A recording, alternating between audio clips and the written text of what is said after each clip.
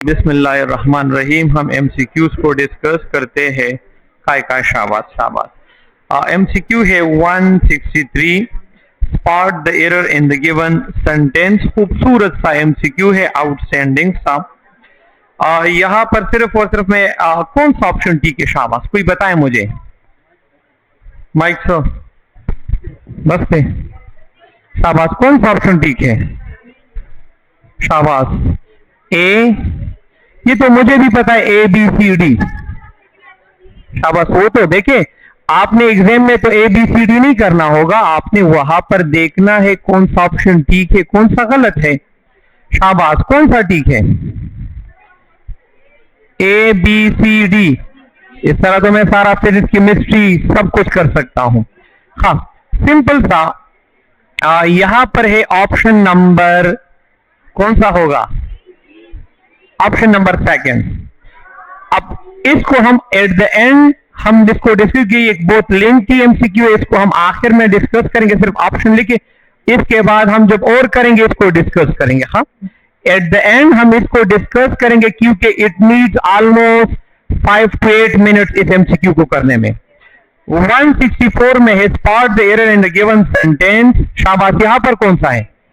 क्यों ए है? शाबाश, नहीं। अब देखिए, हमारे पास बहुत सिंपल सा है। मैंने एक सेंटेंस लिखा, हमारे पास सेंटेंस है, Zahid has done his work. अगर मैंने यहां पर लिखा that is students have done their work. अब ये हिज मैंने क्यों इस्तेमाल किया? जाहिद के लिए, डियर स्टूडेंट्स के लिए हम इस्तेमाल करते हैं। मैंने एक सेंटेंस इस्तेमाल किया, the baby is crying dash must be hungry. ये मैंने एक एमसीक्यू लिखा। एक दूसरा एमसीक्यू है, the horse fail and broke dash leg. अब आपके पास मैंने 2 एमसीक्यू लिखे। प्रोनाउन इंटरसीडेंट एग्रीमेंट में हम ये पढ़ते हैं कि जब आपके पास कोई किड हो या एनिमल हो और जिसका जेंडर मालूम ना हो, जेंडर आपके पास अननोन हो, उसके लिए हमारे पास इम्पर्सनल प्रोनाउन इट का इस्तेमाल करेंगे। व्हेन जेंडर इज अननोन, हमारे पास क्या है? यहां पर आपने देखा the baby is crying. Now you do not know the gender, whether it is male और फीमेल। यहां पर मैं लिख लूंगा इट। अब यहां पर यू डू नॉट नो कि ये मेल है या फीमेल है, तो वहां पर हम क्या लिख लेंगे? इट्स लिख लेंगे। ये तो हमारे पास आसान सा है। अब in the given sentence it is written the child. अब चाइल्ड का हमें पता नहीं है मेल है या फीमेल है, इट कैन बी मेल और फीमेल। लिखा likes to play and keep sitting along by itself लिखा है, तो दिमाग में आता है इटसेल्फ ठीक है, चाइल्ड है। उसके बाद दूसरा सेंटेंस है, the child is intelligent one.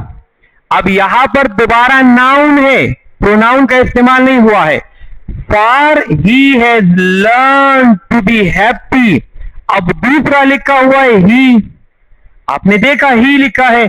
अगर ये हमारे पास अभी भी जेंडर अननोन होता तो फिर तो इट होना चाहिए, अगर फीमेल तो फिर तो शी होना चाहिए।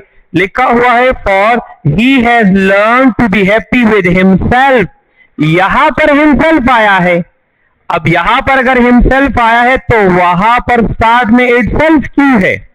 यहां पर हम इटसेल्फ की जगह हिमसेल्फ कर लेंगे। तो यहां पर अगर आप कहें बाय हिमसेल्फ, अब आपके पास स्ट्रक्चर भी ठीक हो जाएगा, बाय हिमसेल्फ। तो यहां पर आपने ऑप्शन तो ठीक कहा था, लेकिन आपके दिमाग के मुताबिक अलोंग बाय में गलती थी। यहां पर इटसेल्फ की जगह हिमसेल्फ हो जाएगा। ऑप्शन नंबर ए में स्पॉटिंग द एरर। तीसरा है स्पॉट द एरर। शाबाश, कौन सा ऑप्शन इसमें? 165 कौन सा? ए बी सी डी, शाबाश, ए बी। अब ये मत कहो ए माने एप्पल, बी माने बॉल, ये मत कह। देखिए बहुत सिंपल सा है, लिखा हुआ है डिस्पाइट। जब भी स्पॉटिंग द एरर हो, मोस्ट ऑफ द टाइम, ये बात याद रखिए, most of the time spotting the error में सब्जेक्ट वर्ब एग्रीमेंट या टेंस या नाउन या प्रोनाउन, इससे अमूमन जो है वो सवालात और एडजेक्टिव भी आते तो सारों से है, लेकिन most of the time subject verb agreement से, टेंस से, नाउन प्रोनाउन या एडजेक्टिव से रिलेटेड जो है वो स्पॉटिंग द एरर होता है।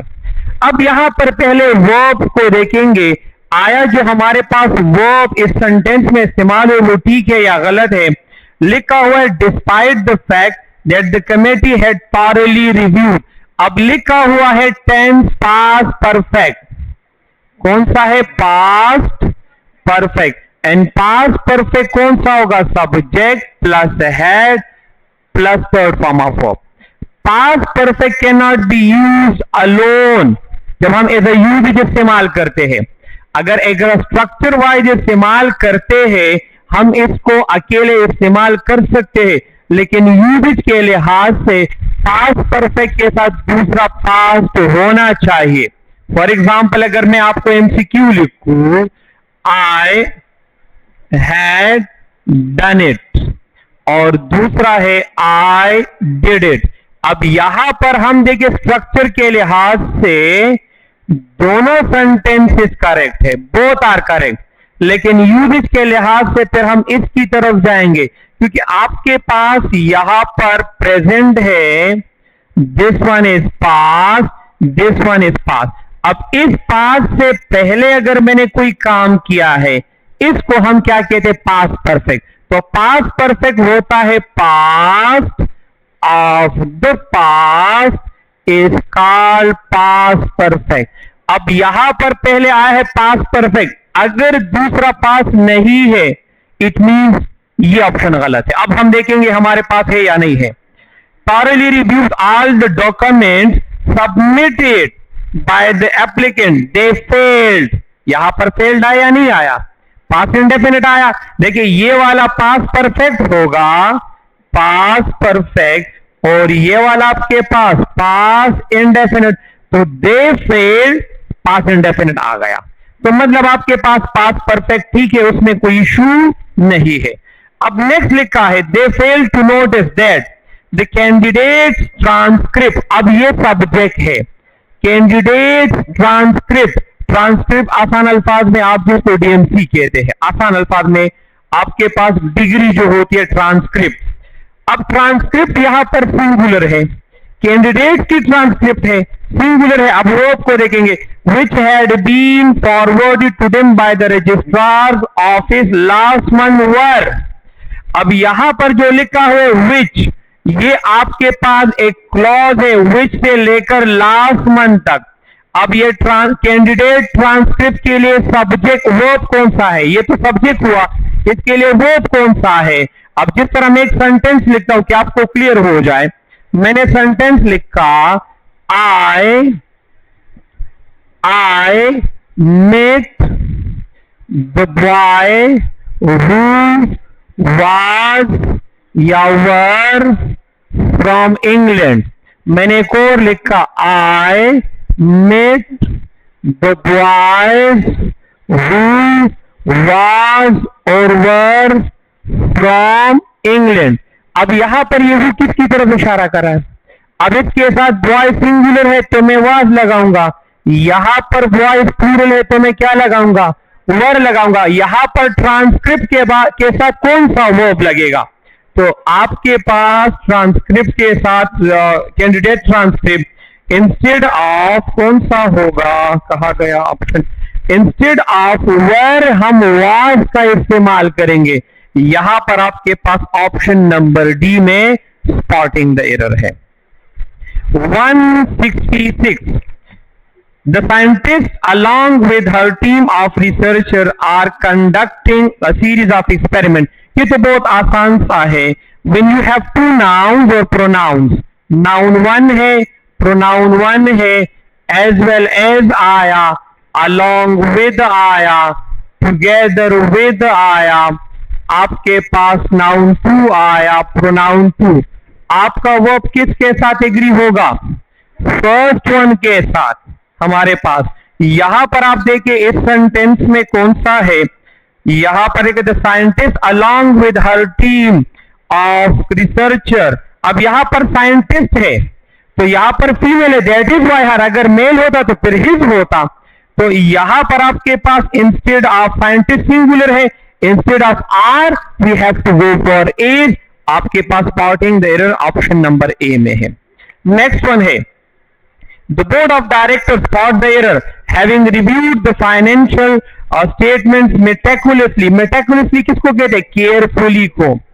क्या है? concluded that the discrepancy which had gone unnoticed for several quarters was primarily due to an oversight in the auditing process rather than any। अब देखिए बहुत ही सिंपल सा है। हमारे पास यहां पर आया है एक लफ्ज, द बोर्ड ऑफ डायरेक्टर के लिए क्या इस्तेमाल हुआ है? Verb concluded. Board of director concluded that the discrepancies. अब यहां पर ये विच जो है खत्म कर ले क्वार्टर तक, which had gone unnoticed for several quarters, ये खत्म कर ले। डिस्क्रिपेंसीज वर होगा या वाज होगा? ज्यादा है ना, डिस्क्रिपेंसी डिस्क्रिपेंसीज ज्यादा है, तो इंस्टेड ऑफ वाज आपके पास यहां पर वर होगा। ऑप्शन नंबर सी में स्पॉटिंग द एरर है। नेक्स्ट वन है स्पॉट द एरर।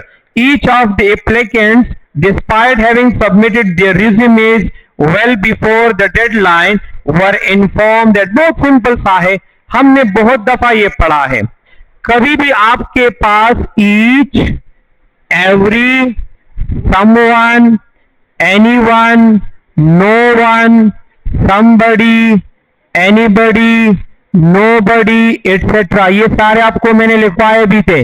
अगर ये स्टार्ट में आ जाए वर्ब हमेशा क्या होगा? सिंगुलर होगा। अब मुझे यहां पर देखिए वर्ब को जरा फाइंड आउट कर ले। वर्ब कौन सा है? वर। वर की जगह क्या लगेगा? was लगेगा। आपके पास कौन सा ऑप्शन हो जाएगा? ऑप्शन नंबर बी में स्पॉटिंग द एरर, वर की जगह वाज हो जाएगा।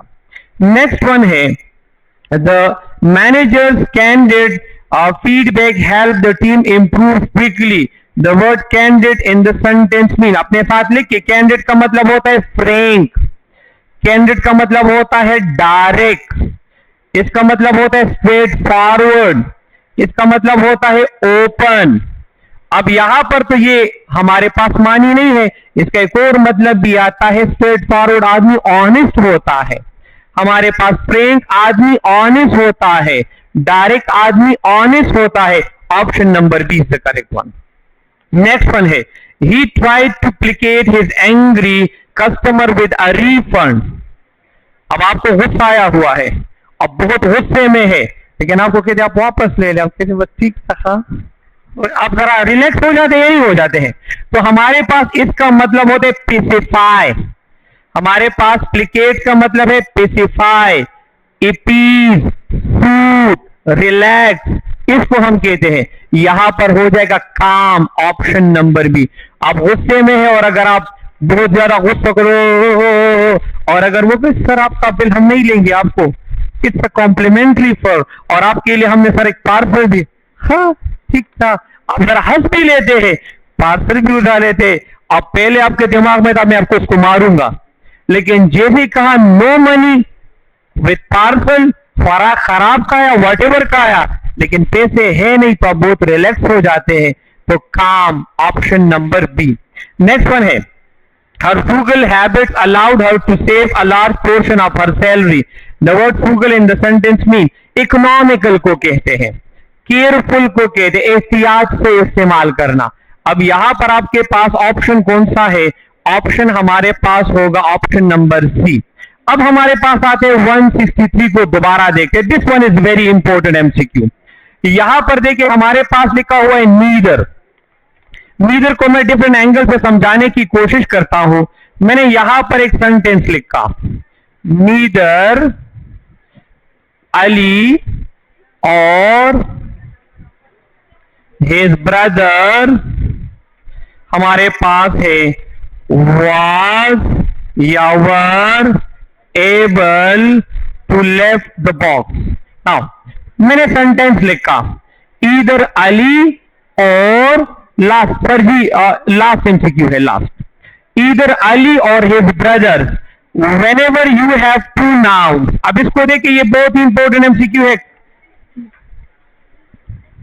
यहां पर जरा देखिए, हमारे पास है नीदर के बाद जब भी N1 प्रोनाउन 1, यहां पर नॉर आ जाए नाउन 2 या प्रोनाउन, आपका वर्ब किसके साथ एग्री होगा? इसके साथ। Now the sentence I wrote, मैंने क्या लिखा है? हिज ब्रदर्स, प्लूरल है, तो प्लूरल के साथ हम क्या लगाएंगे? वर लगाएंगे या नहीं लगाएंगे? ये हमारे पास पॉइंट नंबर 1 हुआ। अब आपके पास नीदर नॉर और ईदर और, इसको हम कहते हैं कोरिलेटिव कंजंक्शन, जिसको हम दूसरा नाम देते हैं पेयर्ड कंजंक्शन का नाम देते हैं। अब हमारे पास एक और प्रोसेस आता है, इस पर हम एलिप्सिस का इस्तेमाल करते हैं, एलिप्सिस का। मैं एक और सेंटेंस लिखता हूं, हमारे पास है neither Ali was able to lift the box, और हमारे पास है nor his brothers were able to lift the box। अब हम इसको इस तरह भी लिख सकते हैं, लेकिन यहां पर देखिए हिज ब्रदर है या नहीं है, यहां पर वर है, यहां पर अली है, तो हमारे पास क्या हो जाएगा? was। This is the second way. अब इस पर हम एलिप्सिस प्रोसेस अप्लाई करेंगे। अब जब एलिप्सिस प्रोसेस अप्लाई करेंगे तो हमारे पास इसको हम इस तरह भी लिख सकते हैं, नीदर अली, हमारे पास was able to lift the box nor his brother were। और यहां पर हम फुल स्टॉप लगा लेते हैं, हम और नहीं, इसको हम एलिप्सिस कहते हैं, कि दूसरे की जरूरत नहीं है, क्योंकि ऑलरेडी अंडरस्टूड है कि ना तो वो उठा सकता है और ना उसके बाई जो है, इसको हम एलिप्सिस प्रोसेस कहते हैं।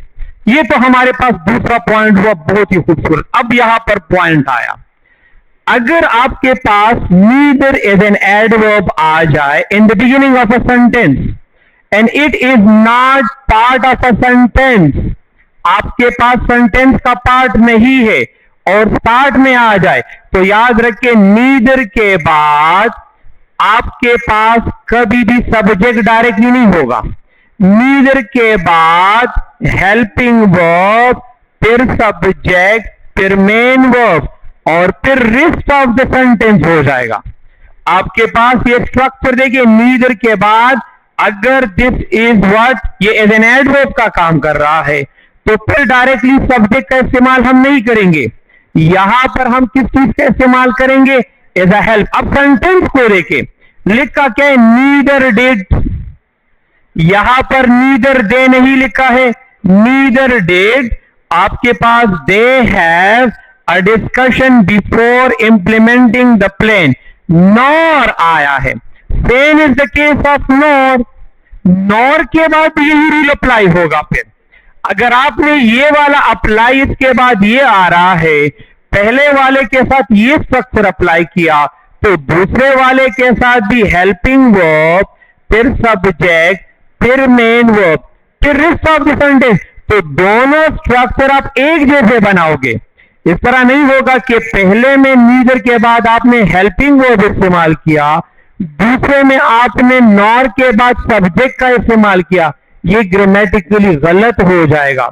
यहां पर आपके पास क्या होना चाहिए? Nor they inform, second form of verb है, second form of verb did होना चाहिए, तो हम लिखेंगे implementing the plan nor did they inform. फिर इनफॉर्म नहीं होगा, इंस्टेड ऑफ इनफॉर्म, इनफॉर्म हो जाएगा और हमने स्टार्ट में डिड लगाया। आपके पास हो जाएगा the plan nor did they inform the stakeholder, आपके पास इस तरह हो जाएगा। और एक आखिरी पॉइंट, अब कभी कभार नीदर और नॉर अकेले भी आ सकता है, नीदर और नॉर, सॉरी नीदर आपके पास या ईदर आपके पास, इसके साथ नॉर और नहीं होता, इट मस्ट बी सिंगुलर, कभी भी इसके साथ प्रीपोजिशन आ जाए, ये नाउन आपके पास हमेशा प्लूरल होगा और वर्ब सिंगुलर होगा। अब आप कहेंगे सर जिसकी समझ नहीं आई, फॉर एग्जाम्पल मैंने लिखा neither of the two boys have या हैज टेकन टी। अब मुझे ये बताए नीदर है या नहीं है, इसके साथ कोई नॉर है या और नहीं है, तो यहां पर ये हमेशा सिंगुलर होगा, वो भी आपके पास सिंगुलर होगा, तो यहां पर आपके पास हैज हो जाएगा। यस, कौन सी किसको कहूं, कह दूंगा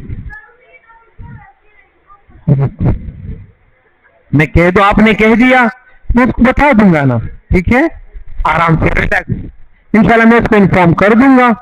आपके जो अल्फाज है एग्जैक्टली मैं कोट कर लूंगा, आपके अल्फाज आप लोगों ने सुन पढ़ा होगा ना, रिपोर्टिंग और reported, to quote the exact words of a person, तो मैं करूंगा क्या, to quote the exact words of a girl to your teacher, exactly यही करूंगा, मैं उसको कह दूंगा इंशाल्लाह।